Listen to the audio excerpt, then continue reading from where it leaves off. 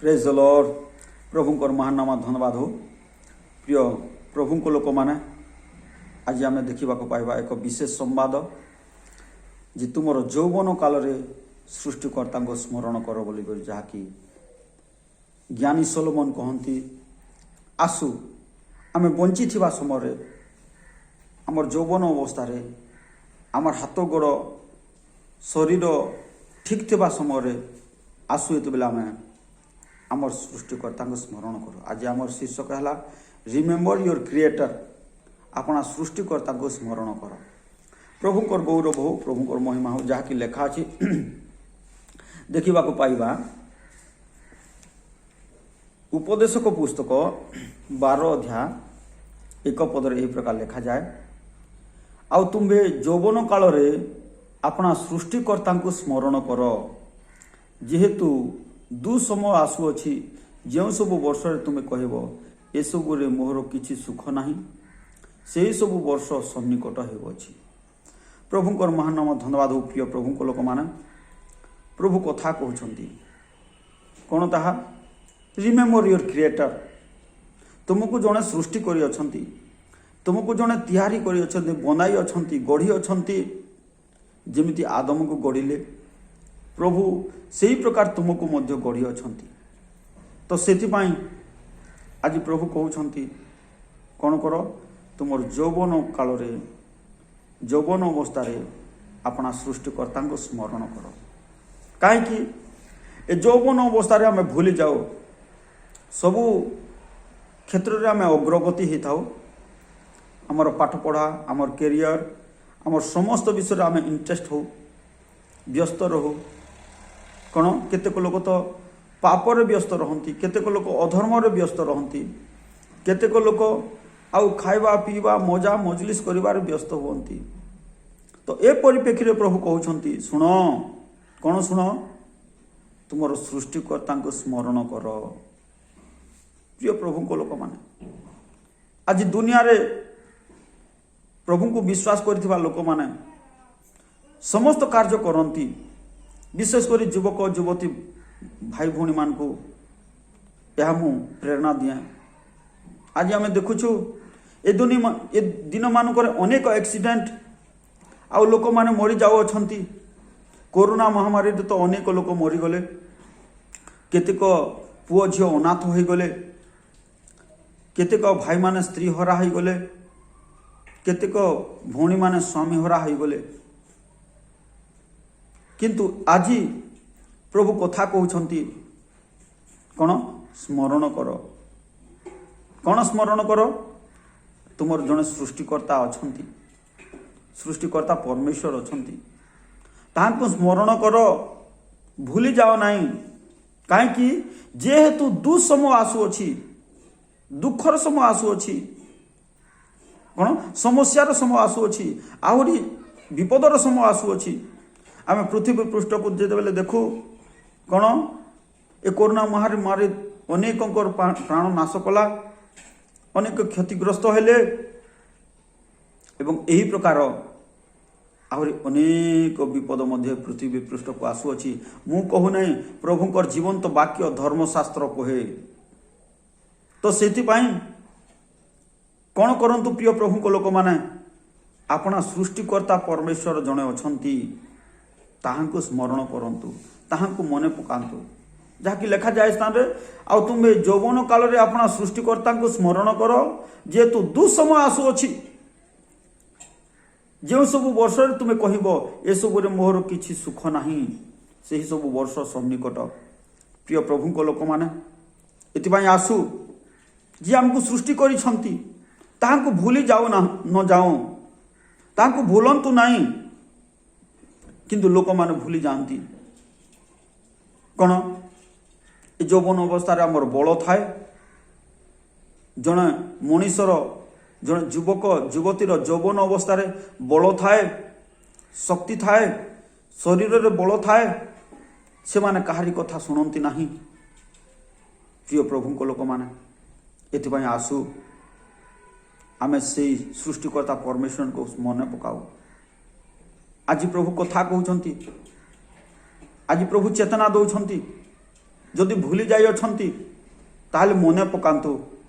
काहाकू जने सृष्टिकर्ता परमेश्वर अछंती जे कि आपन को जीवन दे अछंती बंचिबाकू दे अछंती एवं समस्त विषय जोगाओ अछंती आपनकर जत्न नेउ अछंती। प्रिय प्रभु को लोक माने से सृष्टिकर्ता को आम भूली न जाओ कहीं आज प्रभु कथा कहते कारण आज जदि भूली जीवे से सृष्टिकर्ता को जदि भूली जीवे लेखा छी कौन जेहेतु दुसमय आसुअछि आज पृथ्वी रे देखु दुखर समय यही प्रकार आहरी दुख भयंकर दुखर समय आसवा जाऊँचे पृथ्वी रे।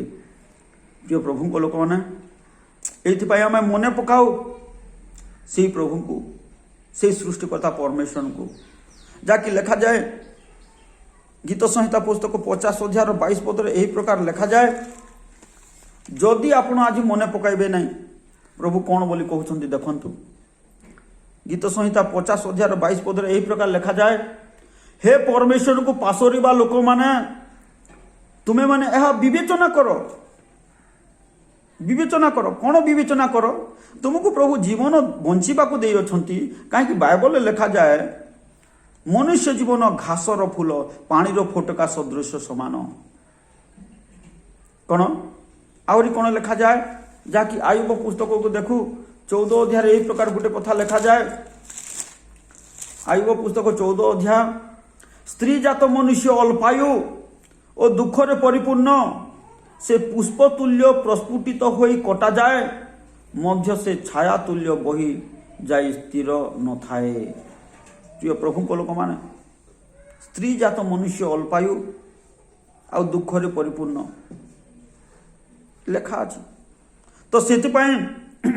आज समय अच्छी प्रिय प्रभु को लोक माने आज अनुग्रह अच्छी आज द्वार खोला अच्छी मने पकांतु से सृष्टिकर्ता परमेश्वर को कहीं बाइबल कहे आपणकर जीवन पुष्प तुल्य कौन पुष्प तुल्य प्रस्फुटित होता है आ कटा जाए घासर फूल सदृश छाया तुल्य तार अर्थ ये जिनिस गुड़ाक ये विषय वस्तु गुड़ाक कौन यह टेम्पोरारी तद्रूप आमर जीवन मध्य ए दुनिया रे टेम्पोरारी प्रिय भाई भौणी मान तो कौन करू आम पाई को अनंत राज्य जोटा कि स्वर्ग राज्य ताहा प्रभु रखी अछंती ए राज्य विनष्ट हेब ए दुनिया विनष्ट हेब रहिबो नाही जहाँकि लिखा जाए प्रथम जोहन रे लिखा जाए प्रथम जोहन 5 अध्याय यही प्रकार गोटे कथा लिखा जाए जे समस्त जगत पापात्मार अधीन प्रथम जोहन 5 अध्याय ये प्रकार लिखा जाए 5 अध्याय 19 पद आमे माने जे ईश्वर को ठारो जात ओ समस्त जगत जे पापात्मार अधीन यह आमे माने जानू समस्त जगत शैतान रो अधीन पापात्मार अधीन एथि पई प्रभु कौन कहउछंती ए दुनिया को मु रखबी नाही विनष्ट करबी बोली कहउछंती आपण कौन करिवे आपण को टंका पैसा आपण को रक्षा करि पारबो नाही आपण को बैंक बैलेंस रक्षा करि पारबो नाही आपण को बल ज्ञान रक्षा करि पारबो नाही एथि पई कौन करंतु आपणकर जड़े सृष्टिकर्ता परमेश्वर अच्छा जी आपन को सृष्टि कर मने पकातु प्रिय प्रभु को लोक मान प्रभु कथा कहते से परमेश्वर को मने पकातु कहीं गोटे दिन आसूची ए दुनिया विनष्ट हेब ए रहिबो नहीं कौन ए दुनिया रहिबो नहीं एथिपाई मने पकातु भूली न जानतु से जहाँकि गीत रचक गीत संहिता 50 अध्याय जहाँकि लिखा 50 अध्याय 22 पद कहती हे परमेश्वर को पासोरिबा लोक माने तुम्हें यह विवेचना कर तुम्हें मने पकाओ तुम्हें जान कहीं भूली जाओ छ मने पकाओ कौन तलको आहरी लिखा नहिले आमे तुमको विदीर्ण नहिले आमे तुम मान को विदीर्ण करवा पुणी उद्धार करने को कहीं नथिबो प्रभु कहते प्रिय प्रभु को लोक माने कौन करंतु स्मरण करंतु मने पकांतु से सृष्टिकर्ता परमेश्वर को प्रिय प्रभु को लोक माने निश्चित भाव कौन बोलछंती हे परमेश्वर को पासोरिबा लोक माने तुमे माने यह विवेचना कर नहिले आम्भे तुम मान को विदीर्ण करवा उद्धार करने को कहीं नथिबो केही उद्धार करि पारबे नहीं। आज मने पकांतु आज भूली जानतु नहीं से परमेश्वर को जी आपन को साहाय्य करि अछंती जीवन देई अछंती समस्त विषय रे मन साहाय्य करि अछंती कोन करंतु आज मने पकांतु से परमेश्वर को कोन आमे देखिबा आ गोटे अंश लेखा अछि प्रथम सामुएल 12 अध्याय गोटे कथा लेखा अछि इस्राएल लोक माने जेते बेले पासोरी गले सामुएल गोटे कथा कहउछंती समान को एई प्रकार कहंती प्रथम सामुएल 12 अध्याय 9 पद लेखा जाए कोन जो परमेश्वर मिस्र देश रु बाहर करि आनिले दासत्वर ज्वाली रु बाहर करि आनिले समुद्र को दुई भाग करि बाहर करि आनिले मान्ना जोगाई से मान को तृप्त कले भाटोई पक्षी देई मांस भोजन कराइले किंतु कौन हला जेते बेले से माने प्रतिज्ञात देश दुग्ध मधु प्रवाहित देश घृणान देश को से माने आसिले कौन हला पासोरी गले लेखा जाए प्रथम सामुएल 12 अध्याय 9 पद रे एही प्रकार लेखा जाए मात्र से माने सदा प्रभु आपना मान को परमेश्वर को पासोरंते पासी गला उतारे जेते बेले से माने पासोरी गले कौन हला लेखा अछि से हात्सोर रो सेनापति सिसोरार हस्तरे ओ पलेस्टिय मान को हस्तरे ओ मोयाबर राजा हस्तरे से मान को विक्रय कले ओ से माने को सहित युद्ध कले पासोरी गला परे अनेक शत्रु ठियाले कौ शत्रु माने हास्यर शत्रु हास्यर लोक माने शत्रु भाव ठिया हेले पलेस्टिय माने ठिया हेले मोयाबर लोक माने ठिया हेले प्रिय प्रभु को लोक माने आज आपण जदि पासोरी जिबे आपण को विरुद्ध रे आउ काहा को ठिया करिवे जानंतु जागृत सहित शुणंतु आपण जदि से प्रभु को पासोरी जिबे आपण को से सृष्टिकर्ता को पासोरी जिबे ताहले आउ काहा को आपण को विरुद्ध रे ठिया करिवे आपण को शासन करबा निमंते सामसन पासोरी गले प्रभु को पासोरी गले एक बेश्यार पछे पछे गले प्रिय प्रभु को लोक माने तांको जीवन रे बहुत दुख आसिला आ शेष रे तांको मृत्यु भोग करबा को पड़िला एति पई प्रिय युवक युवती भाई भौणी माने प्रभु आज कथा कहउछंती आपना यौवन काल रे आपना सृष्टिकर्ता को स्मरण करंतु तुमर यौवन काल रे तुमर जने सृष्टिकर्ता अछंती तांको स्मरण करो भूली जाओ ना कहीं दुखर समय आसुअछि जो सब वर्ष रे कहबो एथिर मोर किछि सुख नाही आज सुनंतु आज प्रभु आपन को कथा कहउछंती कोन करंतु आपन यौवन कालर सृष्टिकर्ता को स्मरण करंतु आज जदि मने पकाइबे नै ताहले आपन पछताइबे आपन अनुताप करिवे आपन पश्चाताप करिवे केते बेले जेते बेले बयस आपन को होई जीवो लेखा जाए हितोपदेश 5 अध्याय 11 पद रे लेखा जाए आउ तुम शेष अवस्था रे जेते बेले तुम मांस शरीर क्षय पाए तुमे के जानी विलाप करिवो आ कहिवो मु उपदेश किपरि घृणा कली सेते बेले विलाप करिवे प्रिय भाई भौणी माने काहे कि मु एमिति कली काहे एमिति भूल काम कली काहे कि सुनिली नाही काहे कि सृष्टिकर्ता को मु गौरव देली नाही बोली कर सेते बेले आपण अनुताप करिवे